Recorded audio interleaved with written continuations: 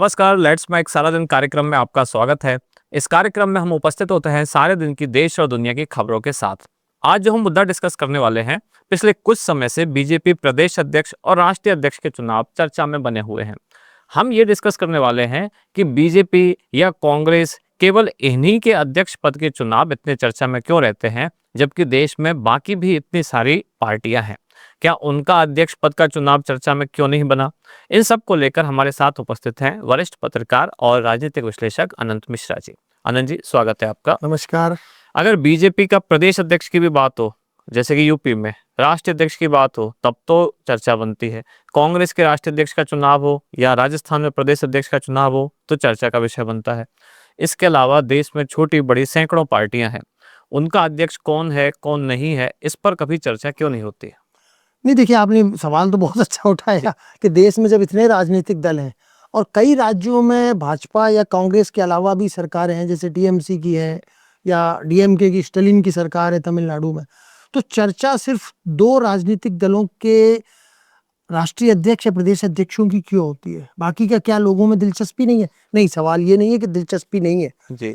सवाल ये कि ये दोनों राजनीतिक दल, एक तो राष्ट्रीय राजनीतिक दल इस रूप में है कि पूरे देश में सभी राज्यों में इन राजनीतिक दलों की पहचान है, पकड़ है, कार्यकर्ता हैं, चुनाव लड़ते हैं।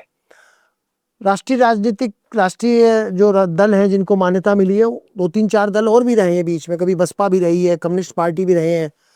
लेकिन सही मायनों में देखा जाए ना, तो आज की तारीख में दो ही राष्ट्रीय राजनीतिक दल है जी। पहला देश की सबसे पुरानी पार्टी कांग्रेस, दूसरा जो देश की सबसे बड़ी पार्टी है, अपने आप को बताती है कि हम दुनिया की सबसे बड़ी पार्टी है, वो भारतीय जनता पार्टी जी। ये दोनों दल ऐसे हैं कि चाहे चुनाव हारे चाहे जीते, चाहे इनकी वहां सरकार नहीं बने, लेकिन इनकी वहां उपस्थिति रहती है।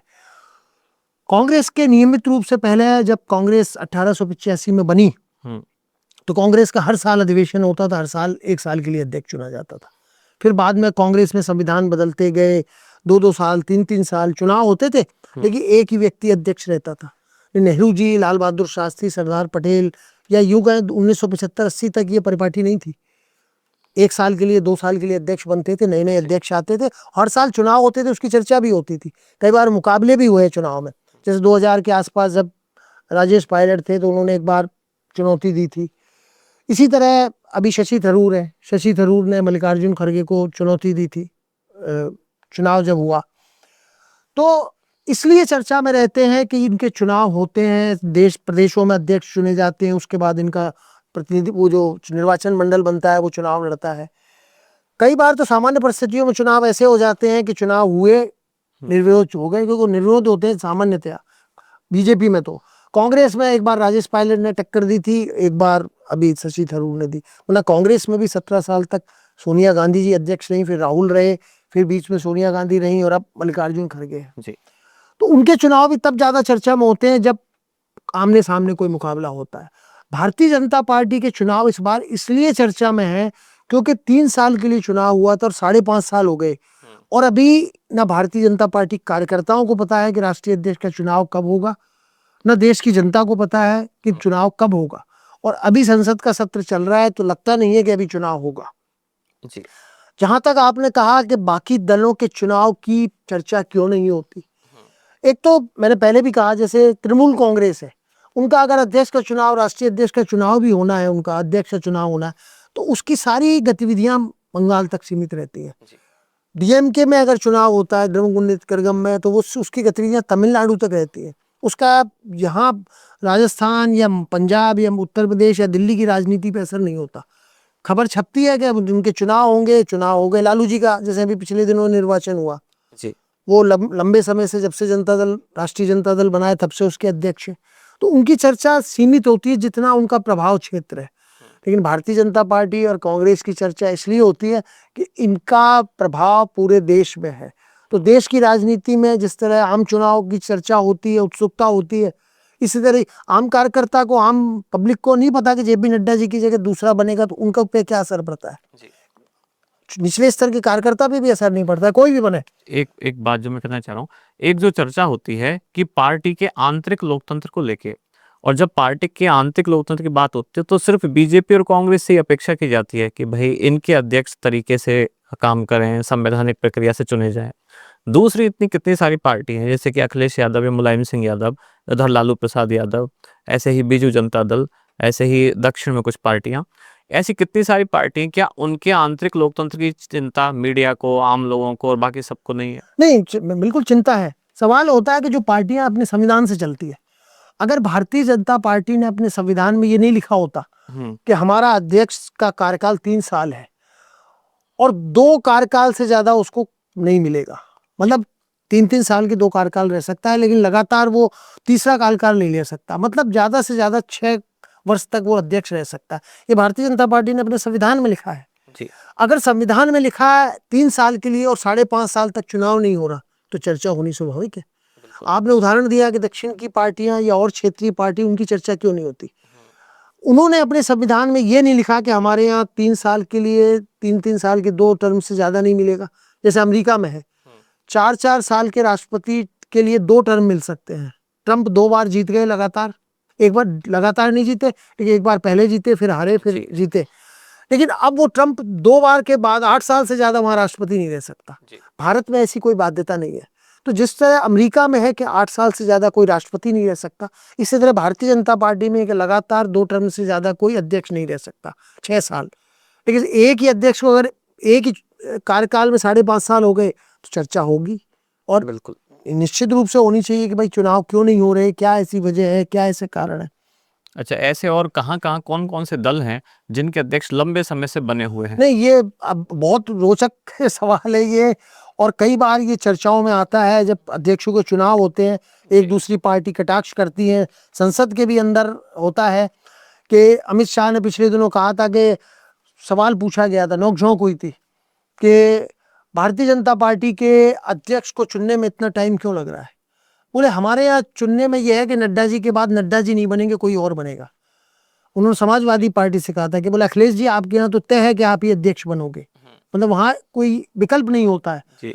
उदाहरण के लिए जैसे तमिलनाडु की एक पार्टी है पीएमके, एस रामोदास वरिष्ठ नेता हैं वो दक्षिण की राजनीति के, वो जब से पार्टी बनी है, लगभग 1989 में पार्टी बनी थी वो पीएमके, 1989 से आज के दिन तक 36 साल से वो अपनी पार्टी के अध्यक्ष है।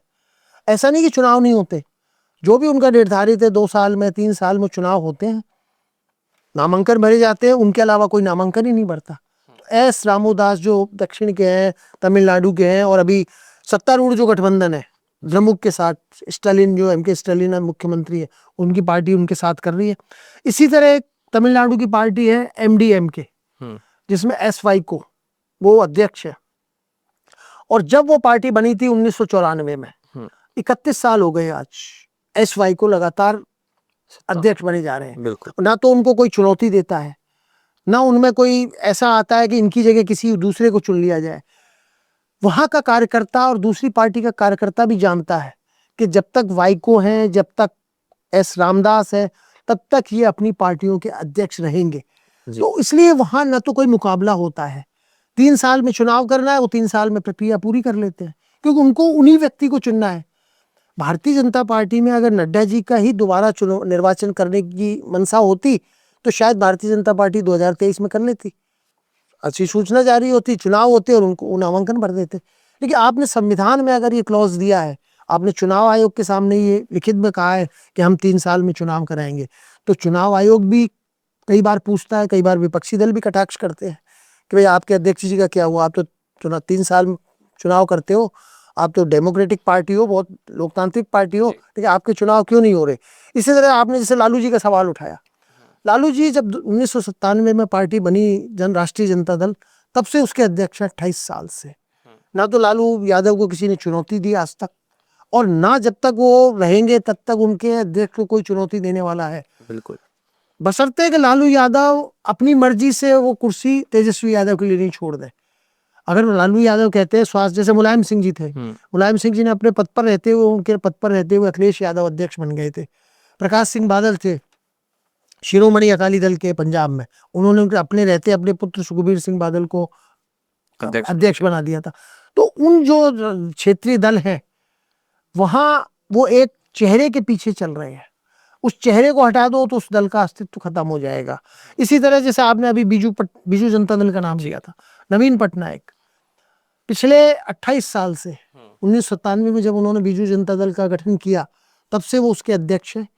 23-24 साल वो मुख्यमंत्री भी रहे और अपनी पार्टी के अध्यक्ष भी रहे।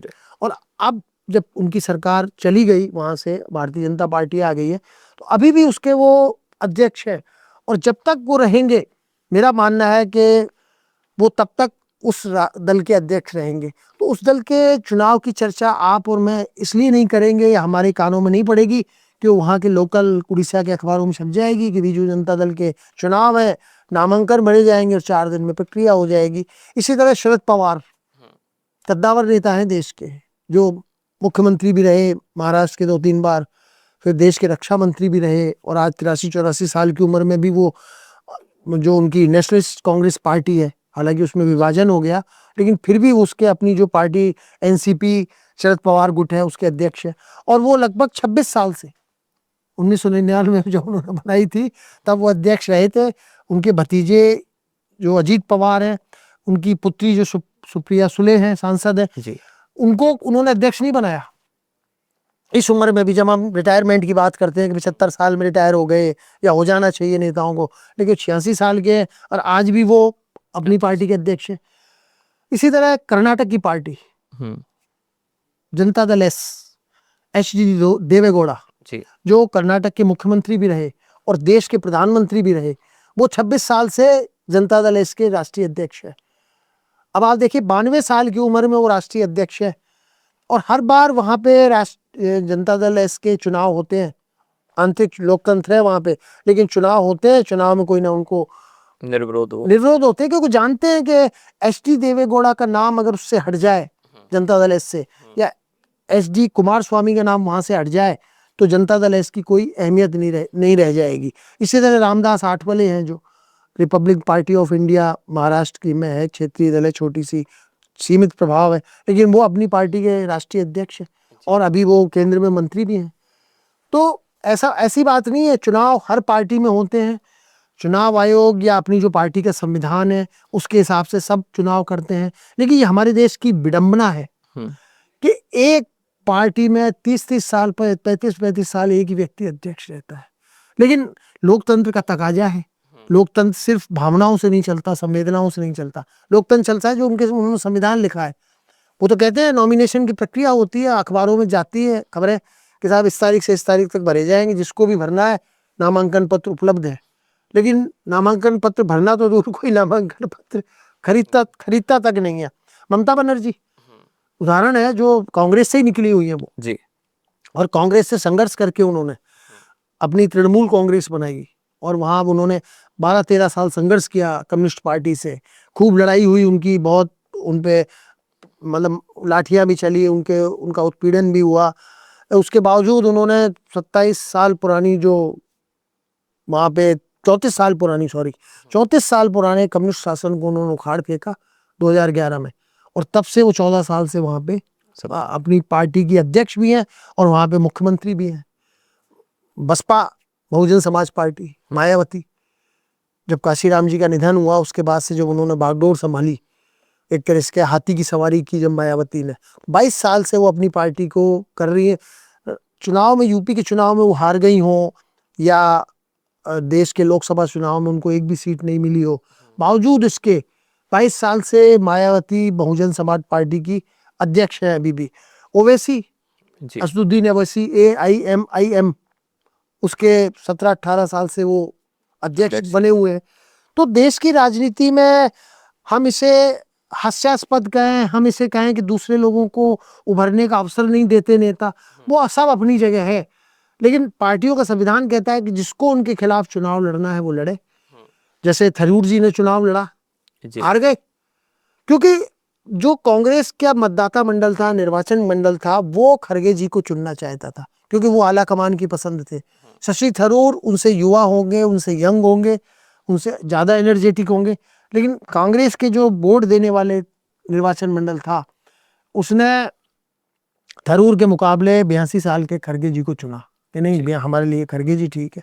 तो ये तो आज के जो नेता हैं उनकी बात है, लेकिन अतीत में हमारे यहाँ, ये तो मैंने 30 साल 36 साल की बात करी, करुणानिधि 49 साल तक पार्टी के अध्यक्ष रहे। 1969 में शायद डीएमके का जन्म हुआ था, शायद यहाँ 1969 में डीएमके का जन्म हुआ था। 1969 से लेके 2018 जब करुणानिधि जी का निधन हुआ, तब तक वो अपनी पार्टी के 49 साल तक अध्यक्ष रहे। जी। ऐसे ही उदाहरण एक देखने को मिलता है जो आश्चर्य में डालता है आज की पीढ़ी को, कि 1932 में नेशनल कॉन्फ्रेंस का गठन हुआ था। देश आज़ाद हुआ 1947 में, लेकिन नेशनल कॉन्फ्रेंस का गठन हुआ 1932 में। और शेख अब्दुल्ला जिन्होंने नेशनल कॉन्फ्रेंस का गठन किया था, नींव रखी थी उसकी, 1932 से लेकर 1981 जब तक उनकी डेथ हुई, ठीक करुणानिधि जी के समय 49 साल, मतलब 50 साल में एक कम, 49 साल तक शेख अब्दुल्ला उसके अध्यक्ष रहे।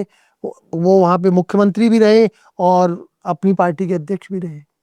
जय जयललिता तमिलनाडु की जो पार्टी है, वो भी जब उन्होंने अन्ना द्रमुक की जब महासचिव बनी, तो लगभग अपने निधन जब उनका हुआ 21 में, वो शायद 28 साल तक अपनी पार्टी की एक छत्र नेता रही। उनके यहाँ भी चुनाव होते थे, विरोध भी हुए कई, उसमें उनको बीच बीच में ऐसा लगा कि चुनौती देने वाले आए, उनकी तबीयत भी खराब हुई, लेकिन जब तक वो रहीं तब तक छुटपुट चुनौती उनको भले मिली हो, लेकिन कोई उनकी जगह लेने वाला ऐसा करिश्माई नेता नहीं था कि जो उनकी जगह को भरकर एआईडीएमके को वापस सत्ता में ला सके। मुलायम सिंह जी, उन्होंने पार्टी का, समाजवादी पार्टी का गठन किया जनता दल से अलग होने के बाद, लगातार 25 साल तक वो अपने समाजवादी पार्टी के अध्यक्ष रहे। और जब उनका स्वास्थ्य ठीक नहीं था, वो पार्टी को समय नहीं दे पाते थे, तो चुनाव हुए, फिर अखिलेश यादव अध्यक्ष बने। इसी तरह जो सबसे बड़ी पार्टी की आपने बात की कि जिनकी चुनाव की चर्चा होती है, सोनिया गांधी। सोनिया गांधी 22 साल तक कांग्रेस की अध्यक्ष रही। एक बार वो 17 साल तक लगातार रही, फिर बीच में गैप आया, फिर वो अध्यक्ष बनी। तो कहने का मतलब ये है कि हर पार्टी का अपना संविधान है और उस संविधान के अनुसार पार्टी चलती है, लेकिन चर्चा उन लोगों की ज्यादा होती है कि जिनके यहाँ पे राष्ट्रीय स्तर का है या कोई टकराहट होती है। जो 30-30 साल से अध्यक्ष है, उनके चुनाव की चर्चा नहीं होती। चुनाव होता है तो उसमें ये भी नहीं सकता कि 26 साल से वो अध्यक्ष है लालू जी। ये सकता है कि चुनाव हुए और लालू जी को निर्विरोध अध्यक्ष चुन लिया गया, या ममता बनर्जी को निर्विरोध अध्यक्ष चुन लिया गया, या ऐसे अजीत सिंह थे राष्ट्रीय लोकदल के नेता, वो भी अपनी पार्टी के 22 साल तक अध्यक्ष रहे। जब तक वो जीवित रहे उन्होंने अपनी पार्टी को चलाया। तो कहने का मतलब यह है कि भारतीय राजनीति कई विषमताओं से भरी हुई है। कुछ इसमें रोचक तथ्य भी हैं। टकराव होता है, सबको पता था कि थरूर जी हारेंगे, फिर भी उन्होंने चुनौती दी। सबको पता था राजेश पायलट हारेंगे, फिर भी वो चुनाव लड़े, अध्यक्ष का चुनाव। जेपी नड्डा की जगह कौन होगा ये हमको नहीं पता, आपको नहीं पता, और भाजपा के बड़े बड़े नेताओं को नहीं पता। तो उत्सुकता इस बात की होती है कि इनकी जगह कौन लेगा। उत्सुकता इस बात की होती है हमेशा कि इनकी जगह कौन लेगा। जब हमको पता है कि लालू की जगह लालू ही लेंगे, अखिलेश की जगह अखिलेश ही भरेंगे, ममता की जगह ममता ही अध्यक्ष बनेंगे, तो वो उत्सुकता खत्म हो जाती है। अच्छा, क्या ये जो इतने सारे आपने उदाहरण दिए, आप सब देख रहे हैं कि 25-30 साल से कोई 49 साल तक अपनी पार्टी का अध्यक्ष बना रहा, क्या निर्वाचन आयोग को या भारत के संसद को ऐसा कोई कानून बनाना चाहिए इन राजनीतिक दलों के लिए कि इनके अध्यक्ष का भी कोई एक निश्चित कार्यकाल, जैसे कि 2 बार तक, जैसे बीजेपी में 6 साल, 8 साल, 10 साल, कोई फिक्स कार्यकाल किया जाए ताकि राजनीतिक दलों में आंतरिक लोकतंत्र की स्थापना हो सके? नहीं विपिन जी, ये तो आप बहुत दूर का सवाल उठा रहे हो। सबसे बड़ा सवाल है कि संसद और क्या चुनाव आयोग इस बात पर पहले मंथन करेंगे क्या कोई सांसद 5 बार से ज्यादा रहे। कोई सांसद 75 साल से, जैसे रिटायरमेंट की एज होती है 58 साल प्राइवेट में, 60 साल सरकारी में, जजेज में 62 और 65 साल। तो जब 65 साल की उम्र में जज रिटायर हो जाता है, 60 साल की उम्र में डॉक्टर रिटायर हो जाता है, तो क्या नेताओं को 70 साल में 75 साल में रिटायर नहीं होना चाहिए? जब वो संसद में, विधानसभाओं में के लिए नियम बनाए कि साहब प्रधानमंत्री इससे ज्यादा उम्र तक नहीं रहेगा, राष्ट्रपति इससे ज्यादा नहीं रहेगा, सांसद इस इतने कार्यकाल या इस उम्र से ज्यादा नहीं रहेगा, कार्यकाल की बात छोड़ दो, कोई 25 साल में भी बन सकता है, लेकिन आप अधिकतम अवधि, अधिकतम आयु सीमा निर्धारित कर दो कि भाई 70 साल के बाद सांसद नहीं रहेगा, या 75 साल या 80 साल। अब 90 साल की उम्र तक अडवाणी जी सांसद रहे थे और वो आगे भी पार्टी की सेवा करना चाहते थे, पार्टी ने उनको मौका नहीं दिया, नहीं तो शायद वो 19 का चुनाव भी लड़ते। तो हम ये नहीं कह सकते कि पार्टियों के अध्यक्ष पर कोई सीमा लागू होनी चाहिए। अधिकतम अध्यक्ष के कार्यकाल की या उनकी उम्र की, सबसे पहले संसद ये सर्वदलीय बैठक बुलाए सरकार और ये तय करे, क्योंकि आप बाकी जगह तो कर देते हो क्योंकि आपके हाथ में है, और वहाँ आप इसलिए नहीं करते हो क्योंकि आप चाहते हो कि हम तो कब तक रह सकते हैं। निश्चित रूप से जब उम्र हो जाती है, शरीर मानसिक रूप से, याददाश्त, बहुत सी चीज़ें होती हैं, मैं सबकी नहीं कह रहा हूँ, कुछ लोग हैं ठीक है 90 साल की उम्र भी एक्टिव रहते हैं, लेकिन हाँ, आपने जो सवाल उठाया है कि क्या पार्टियों के अंदर अध्यक्ष की व्यवस्था कानून के रूप से एक सीमा नहीं तय करनी चाहिए कि 80 साल की उम्र के बाद कोई राजनीतिक पार्टी अध्यक्ष नहीं रहेगा, पार्टी में है वो सेवा करे पार्टी की कार्यकर्ता के रूप में, या सांसद 80 साल के बाद कोई सांसद नहीं रहेगा, 75 साल के बाद कोई मंत्री नहीं रहेगा, 70 साल के बाद कोई मुख्यमंत्री नहीं रहेगा। आप हर उसकी जैसे कैटेगरी में आप उम्र तय कर सकते हो, आयु तय कर सकते हो, करनी चाहिए। नए लोगों को देखो मौका तभी मिलेगा। आज राजनीति में अगर 54 साल के राहुल गांधी भी युवा कहलाते हैं, और युवा की हम वैसे क्या मानते हैं 25 साल, 30 साल, 35 साल, 40 साल, लेकिन राजनीति में 55-60 का भी युवा है। क्योंकि युवा क्यों है वो? 80 साल की तुलना में युवा है वो, 40 साल वाले की तुलना में तो बुजुर्ग है वो। लेकिन जब 82 साल के अगर खड़गे जी है और वो अगर अध्यक्ष पद पे कांग्रेस के बैठे हैं और सांसद भी हैं वो, तो 60 साल वाला उनके मुकाबले युवा ही लगेगा। अगर कोई भी 80 साल से ऊपर का नहीं है और 70 साल आपकी अधिकतम आयु है, तो फिर 40 साल वाला युवा कहलाएगा, 30 साल वाला युवा कहेगा। अभी हम 60 साल वाले को युवा मानते हैं। तो राजनीति में बहुत सी, हम सबसे बड़े लोकतंत्र होने के बावजूद बहुत सी ऐसी कमियां हैं जिन पर विचार करना चाहिए। संसद को विचार करना चाहिए, राजनीतिक दलों को विचार करना चाहिए, सरकार को विचार करना चाहिए, जो और स्वयं सेवी संगठन है, जो NGO है, उनको सरकारों पे दबाव बनाना चाहिए, उनके कार्यकर्ताओं को दबाव बनाना चाहिए अपने आला कमान पर जी। इन्हें इसकी निर्धारित एक पार्टी के अध्यक्ष की भी निर्धारित होनी चाहिए, विधायक, सांसद, मंत्री, मुख्यमंत्री, प्रधानमंत्री सबकी उम्र होनी चाहिए। तभी शायद हम अगली पीढ़ी को, युवाओं को राजनीति में और अवसर दे सकते हैं। बिल्कुल। तो जैसा कि आपने देखा कि बात सिर्फ बीजेपी और कांग्रेस की नहीं है, देश के इतने सारे भी राजनीतिक दल हैं जिनके पार्टी के अध्यक्ष का चुनाव चर्चा में नहीं आता। अब कारण इसके कई हैं, क्योंकि बीजेपी और कांग्रेस राष्ट्रीय स्तर के दल हैं और कई बार इनमें पता नहीं होता कि अगला अध्यक्ष कौन होगा, तो उत्सुकता बस ये चर्चा में रहते हैं। जबकि जो परिवारवादी पार्टियां हैं, जहां तय है कि उसी परिवार से या वही व्यक्ति अध्यक्ष रहेगा, तो वो चर्चा का विषय नहीं बन पाता। लेकिन आंतरिक लोकतंत्र की स्थापना के लिए और पार्टियों के आंतरिक लोकतंत्र को सुधारने के लिए चुनाव आयोग या भविष्य में संसद के द्वारा इस तरह के कदम अगर उठाए जाएं, जिसमें पार्टी के अध्यक्ष के कार्यकाल की या समय सीमा कुछ ऐसे तय की जाए, तो वो जरूर ही देश के लोकतंत्र के लिए भी अच्छा होगा। ये कार्यक्रम आपको कैसा लगता है, आप कमेंट्स करके जरूर बताएं। कार्यक्रम में अंत तक जुड़े रहने के लिए धन्यवाद। सर, आपका भी नमस्कार, धन्यवाद। आप सुन रहे थे let's mike more than radio. Follow कीजिए हमें हमारे सोशल मीडिया प्लेटफॉर्म्स पर। It's time for news. It's time for more than radio. Presenting the first radio news app, Let's Mic. Let's Mic, a news-based app on your phone where you get to watch and listen news, talk shows, interviews, radio show podcasts. On Let's Mic, you get all relevant information of TV, print, radio, podcast, and digital. Let's Mic talks about every segment of life.